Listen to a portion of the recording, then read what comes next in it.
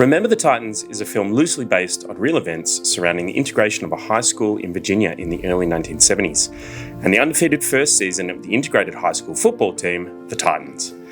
It was released in the year 2000 and directed by Bose Yakin. Despite its historical setting and themes, it's firmly a sports drama. It focuses on the conflict between the black and white coaches, between the black and white players, and the integrated Titans versus the other all-white teams in their division over a season of football in 1971. So while the film is based on real events and uses the true-to-life tale of the Titans' undefeated season of football following T.C. Williams High School's integration in 1971, many of the events of the film are fictionalised in order to amplify the potency of the message of unity at the heart of the story. For instance, many schools in Virginia had already integrated at this time, and while the team had an impact on their community, their success in the season wasn't directly responsible for the town's unification. Plenty of racial tension continued to exist despite the Titans' effort.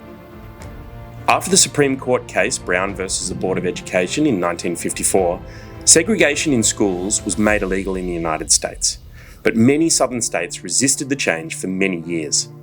By the late 1960s and early 1970s, following the height of the civil rights movement, schools across the South were being forced to integrate, often creating tension and conflict in local communities.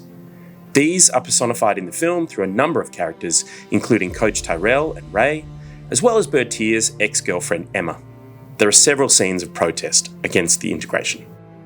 Another important piece of context surrounds the film's portrayal of white allyship, with references to the 1968 Mexico City Olympics and the Black Power salute raised by Tommy Smith and John Carlos. Gary Bertier and Coach Yost are both characters who are challenged by, but eventually display, positive portrayals of allyship, even in the face of adversity and setback.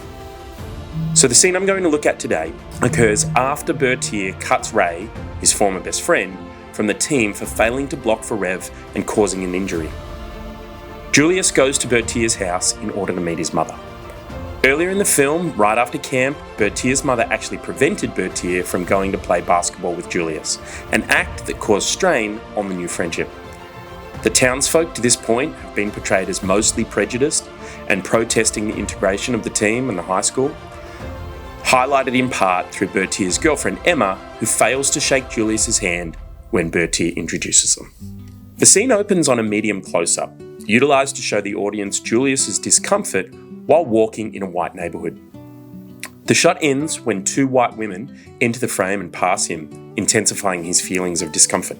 The scene is underscored by Cat Stevens' Peace Train, a happy tune talking about positive social change that is being witnessed as a result of the civil rights and free love movements of the 1960s. The film then cuts to an extreme long shot on the interaction with the white women.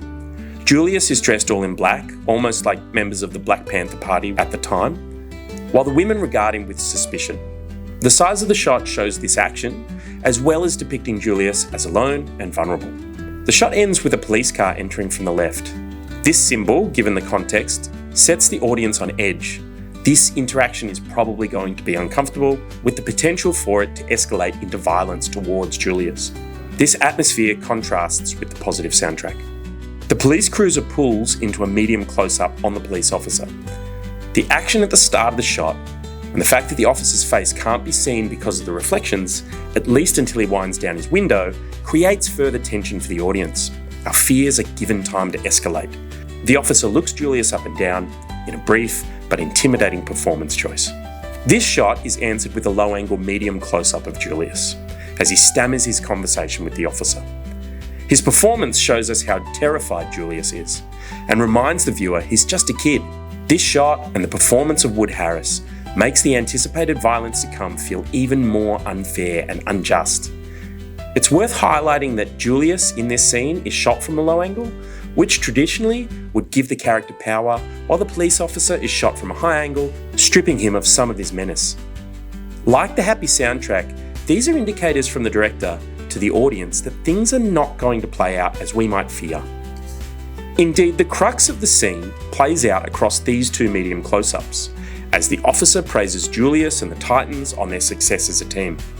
By subverting the audience's expectations of the appearance of a white police officer, notorious in reality and in film as symbols of white oppression against African Americans, the scene symbolises the broader change in community attitudes. The police officer, in this case, symbolises the entire police force and systems of white oppression, and Julius represents all of the African American students at T.C. Williams High School, anxious but happy to see social change. The scene cuts back briefly to the long shot, which seems like a practical choice, so that then the filmmakers can cut back to a tilt-up to Julius, watching the cop with suspicion or confusion. The tilt-up is a way to reflect and underline Julius's positive outlook. Now this is followed by a medium shot, which pans to the right to reveal Bertier waiting on his porch for Julius, who enters into a loose medium two-shot. The two have a mock fight and hug, which is of course a microcosm of the entire narrative of the film, before the pan continues to the right to reveal a final piece of information to the audience. Bertier's mother watches nervously through the window.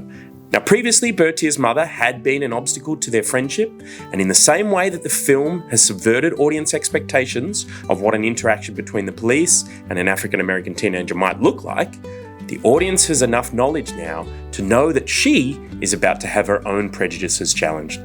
The scene plays out on this shot for the remainder of the action. Bertier's mother holds out her hand to shake Julius's. He ignores it and pulls her into a hug. This utilises symbolism established earlier when Emma refused to shake Julius's hand and walked away. Like Emma, Julius rejects Bertier's mum's handshake, but in this more positive set of interactions, only so that he can respond with an even greater display of friendship. Ultimately, this scene portrays the tension and uncertainty African Americans faced when interacting with white authority figures during the early 1970s.